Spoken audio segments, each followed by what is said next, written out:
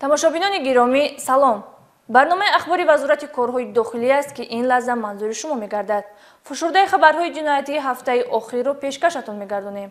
таи ин чанд лаҳза имкон доред вобаста ба ҷиноятҳои дар самти паҳну фурӯш ва истеҳсоли воситаҳои нашъадор, ғоратгарӣ, қаллобӣ ва дигар кирдорҳои хилофи қонун барои худ маълумот пайдо намоед. бо шумо дар студия Морухсор Таваллузода.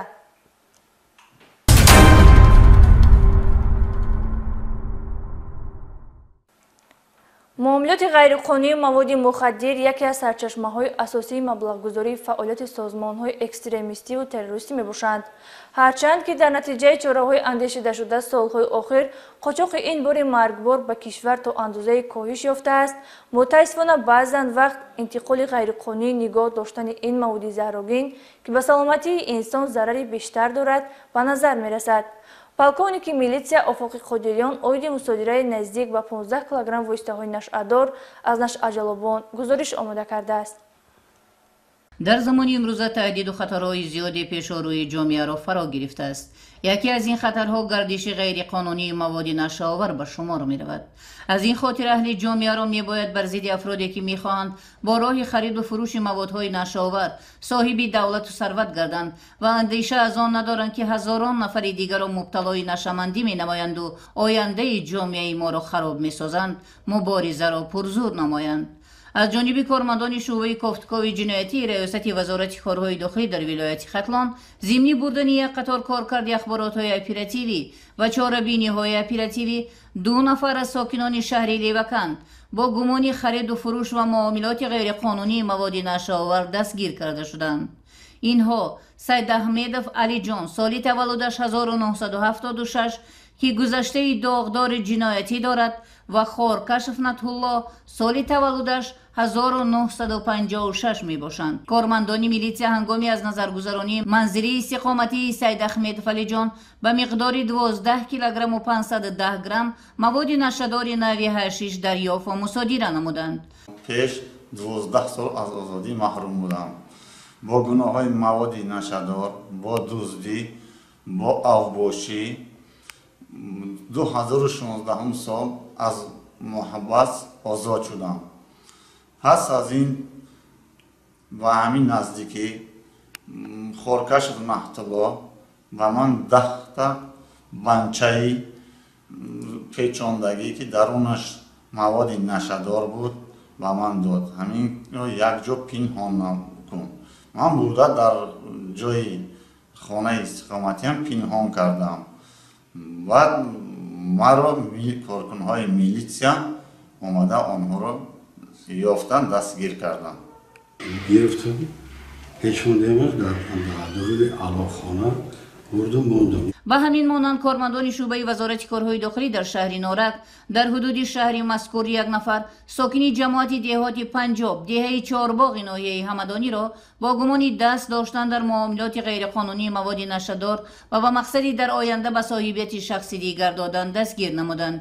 ин нафар Бердиев Бурҳон соли таваллудаш 1978 мебошад ки гузаштаи доғдори ҷиноятӣ дорад. ҳангоми кофтукоби шахсии ном бурда як гулӯлаи салафани полиэтиленӣ дар дохилаш мояи сиёҳи бӯи махсус дошта дарёфт карда шуд ки мувофиқи маълумотномаи шӯъбаи экспертӣ ба маводи нашадори нави афюн мансуб буда вазни умумии он 1 килограмму 14 граммро ташкил медиҳад.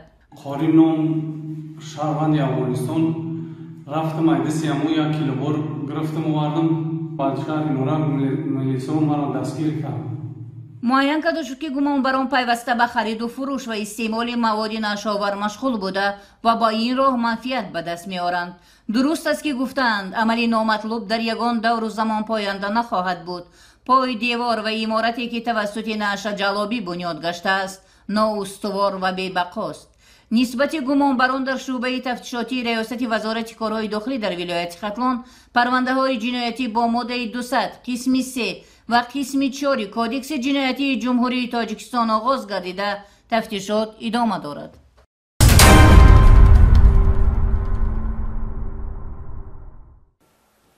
дар шӯъбаи вазорати корҳои дохилии ду дар ноҳияи Бобоҷон Ғафуров бо ҷароҳати халидаю бурида аз олоти корт ба беморхона дастрас гардидани ҷавонзани 21-сола сокини ҷамоати деҳоти Овчии Қалъачаи ноҳияи мазкур хабари фаврӣ ворид гардид. тавре баъдан милисия муайян намуд, ҷинояти мазкур дар заминаи муноқишаи оилавӣ рух дода, дар содир намудани он шавҳараш Сатторов Ибодулло соли таваллудаш 1995 гумонбар мебошад. майёри милисия Акбар Шарифӣ ин ҳодисаро шарҳ медиҳад. دست قبیدم ایستا گپ زنیم گفتم خیلی باید دراشون کشاده شد چه خیلی شد و درون به دویده در آمد من در قبیده بودم منم در آمده برفتم پشتش گشته همون حالتنده اکاش میبراد ارمتورو کلان یا که زاغنولی چیزی بود دستشانده زد هوا که گشته دو سه بار زدگی بود که همون آهنش عدس کشته گفته زدم من сабаби ба вуқӯъ пайвастани ҷиноят мунозираи байни ҳамдигарии оилаи ҷавон аст ки муваққатан номросо буданд. муноқиша дар даромадгоҳи манзили иstiqomatии хонаи падарии ҷабрида воқеъ дар суруғаи ҷамоати деҳоти Овчиқалача кӯчаи Паҳлавон хонаи рақами 116 оғоз ёфта аввалан баҳси лафзӣ, баъдан зӯроварии ҷисмонӣ ва дар идома ба расонидани ҷароҳати ҷисмонӣ бо истифода аз олоти корт аз тарафи гумонбаршуда Ибодулло Сатторов хотима меёбад. оинаи нилгун тамошо карда истода будем ки садои дарвоза баромад ва апам ба хона омад ки шавҳараш ӯро ҳамроҳӣ мекард. дар дасти ӯ оҳанпора буд. онҳо байни ҳам баҳс мекарданд. ту бачаи маро ятим кардӣ, гуфта апамро дашном дод. вақте ки акоям ба ҷанҷоли онҳо дахолат кард, ӯро бо оҳан зада, баъдан апамро бо корт зад.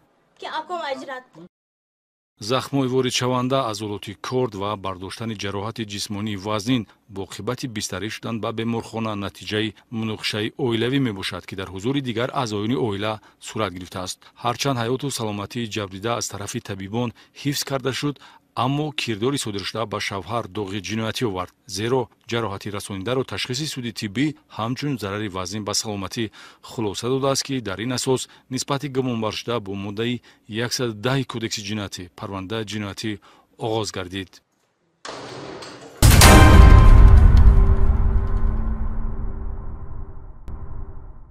раёсати кофткои ҷиноятии вазорати корҳои дохилӣ аз боздошти боз як нафар сеҳргар хабар медиҳад. як нафар зани рӯзгордида истиқоматкунандаи ҷамоати деҳоти Султонободи ноҳияи Рӯдакӣ аз ҷониби кормандони раёсати кофткои ҷиноятии вазорати корҳои дохилӣ барои ба сеҳргарӣ машғул гардидан боздошт гардид. таассуфовар он аст ки ин нафар саводи динӣ ва дунявӣ надошта, ба ғайр аз сураи Ихлос ки ҳатто ҳамонро ҳам ғалат мехонад, дигар ягон сура намедонад ва бо ин роҳ мизоҷони худро фиреб додаву аз онҳо маблағ ба даст меовардааст. тафсилоти бештар дар гузариши навбатӣ. вақтҳои охир бо хондани дуоҳои ғалат ва бофтан нафарони мардумфиреб гӯё ба воситаи сеҳру ҷодо барои беҳтар гардидани муносибатҳои оилавӣ ё сард кардани он, кушоиши кор ва шифо ёфтан аз бемориҳо ба коррафтагон кӯмак намуда бо ин роҳ маблағ ба даст оварда истоданд. ин нафарон дар байни мизоҷони худ ҳамчунон моҳирона рафтор мекунанд ки шахсони зудбовар дарҳол ба онҳо бовар мекунанд. раёсати кофткои ҷиноятии вазорати корҳои дохилӣ аз боздошти боз як нафар сеҳргар хабар медиҳад. шаҳрванд Хуҷаева Нисбатҳои Ҳасановна соли таваллудаш 1971 истиқоматкунандаи ҷамоати деҳоти Султонободи ноҳияи Рӯдакӣ аз ҷониби кормандони раёсати мазкур барои ба сеҳргарӣ машғул гардидан боздошт гардид. номбурда чанд муддат ин ҷониб дар байни мизоҷонаш ҳамчун сеҳргари беҳамтон ном бароварда гӯё ба воситаи ҳар гуна ашёҳо муносибатҳои одамонро гарм ё хунук мекардааст. ҳамзамон ба воситаи наъли асп ва дигар ашёҳои карах фолбинӣ намуда ба бахткушоӣ, додани тумору таштоб ва дигар кирдорҳои мардумфиребона машғул буд.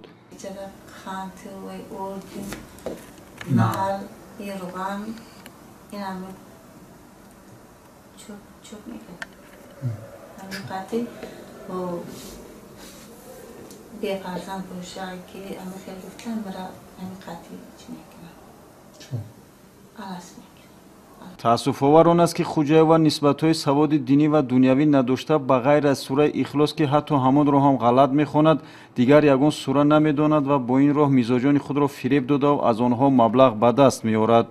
Ема қулвалара мегӯ? Чӣ дигар намедонӣ? Не, фақат ама қулвалара. این اردوها برای فرزند گفته من روغن چی؟ آنها من کلولا میخوام که میرا خیال نمکو یکون ایشون یکون خانه دا آوقات کی یکون چای دا رایکو یا نمی روغن دا می ارتا بخته یکون کاستا رایکو یکون چی میکنن دو میتر میشه نصیب شدن کارمندان ریاست گفتگوی جنایتی وزارت کارهای داخلی ضمن کارکردهای اپراتیوی کردارهای مردم فریبانه این زن را آشکار نمودند. هنگام از نظرگذرانی منزل استقامتی اجاره گرفته است که در کوچه میرزا تورسنزاده شهر دوشنبه واقع می باشد، از روی میز کاری نام برده موادهای خوراکواری، نعل اسب، رشته، سپند دریافت گردید. وابسته به حالت مذکور نسبت نام برده در اساس ماده 482 کدکس حقوق ویرانکنی مأموری جمهوری تاجیکستان پروتکل حقوق ویرانکنی مأموری ترتیب داده شده با او جزا در نمود جریمه تطبیق گردید.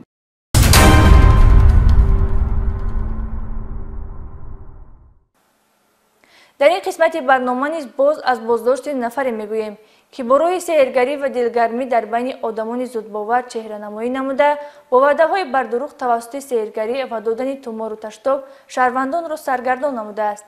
کردارهای مردم فریبانه نام برده از جانب کارمندان ریاست مبارزه بر ضد گردش غیرقانونی مواد مخدر وزارت کارهای داخلی آشکار کرده شد.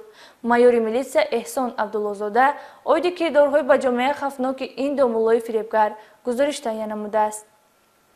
مردم فریبان بخصوص آن نفرانی که از باوری دینی شهروندان سوء استفاده میبرند پیش از همه میخواهند در جامعه خود را با هر راه واسطه معروف و آوازه‌دار نمایند تا اینکه در پس دری آنها شهروندان صف کشیده برای درمان درد خود و آسان گرداندن مشکلاتشان نوبت پایی نمایند. در میان دوستان که وزنی مونمی چی است که در میان دوستان خواست که هم 20,000 دلار همسایش دوگانش قرضدار بده 20,000 دلار قرضدار آی نمیتونی یکون تعویض توماری بیتی که هم مثال بیتی گفته سوق شهر این نوبت باز از بازداشت نفری میگوییم که با این واسطه در بین آدمان زودباور چهره نمایی نموده با وعده های بردروغ توسط سحرگری و دادن تومار و تشتاب شهروندان را سرگردان نموده است. این نفر یعقوبوف مظفر قربان علیویچ سال تولدش 1971 ساکن کوچه قراتگین ناحیه شاه منصور معروف با تخلص داملا مظفر می باشد که نام برده چند مدت این جانب به دادن تومار و تشتاب کرخد و دلگرمی کردن مشغول می باشد. داملا مظفر بر عوض گرم و سرد نمودن مناسبت های اویلوی، بخت کشایی شکار البته با واسطه سحرگری از شهروندان مبلغ های کلانی پولی طلب نموده به دست آورده است. داملا این مبلغ هایی که جمع بینیم همش 100 سومون است، نزدیک 500 سومون است. این مبلغ ها از کجاست؟ با ما یه تشتاب چرا نرسوندیم با گفتن که چه خدمت نمی چی خدمت که ممکن چیز قیمت کنه هم زنه جمع همین 500 سوم یک نفر نه این 100 سومش آیلم بردگی. هنگامی از نظر گذرانی میزی اتاق کاری نام برده واقع در منزل استقامتیش اشیاهای به مانند قلف و کلید، نعل اسب، تومار و تشتابی نوشته شده، رشته و سوزن و خاک که برای انجام دادن سحر و جادو استفاده می شوند دریافت کرده گرفته شد. همزمان نامبرده در منزل استقامتیش در شرایط غیر سنیتری به اجازه نامه مخصوص با همراهی همسرش به گرفتن خون تگی پوست مشغول گردیده برای عوض مبلغ این خدمت رسانی را انجام میداده است. برای چی در کار است؟ هجوم شما کی هجوم میکنید؟ کیورا؟ یار دوستای نزدیک. شما یگان اجازه نامه تیپ دارید در خانه شما این کارا میکنید. برای خونگیری نمی اسبابی که از دنازی عاید به حالت مذکور نسبت یعقوبوف مظفر مواد ضروری ترتیب داده شده مورد چاره‌جویی قرار دارد.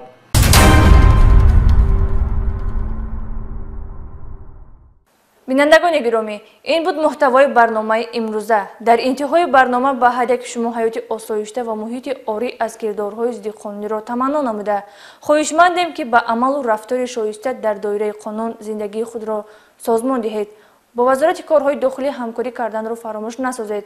نتیجه چنین همکاری برای پیشگیری جنایتکاری مساعدت خواهد کرد. تا دیدار نوبتی، خیر.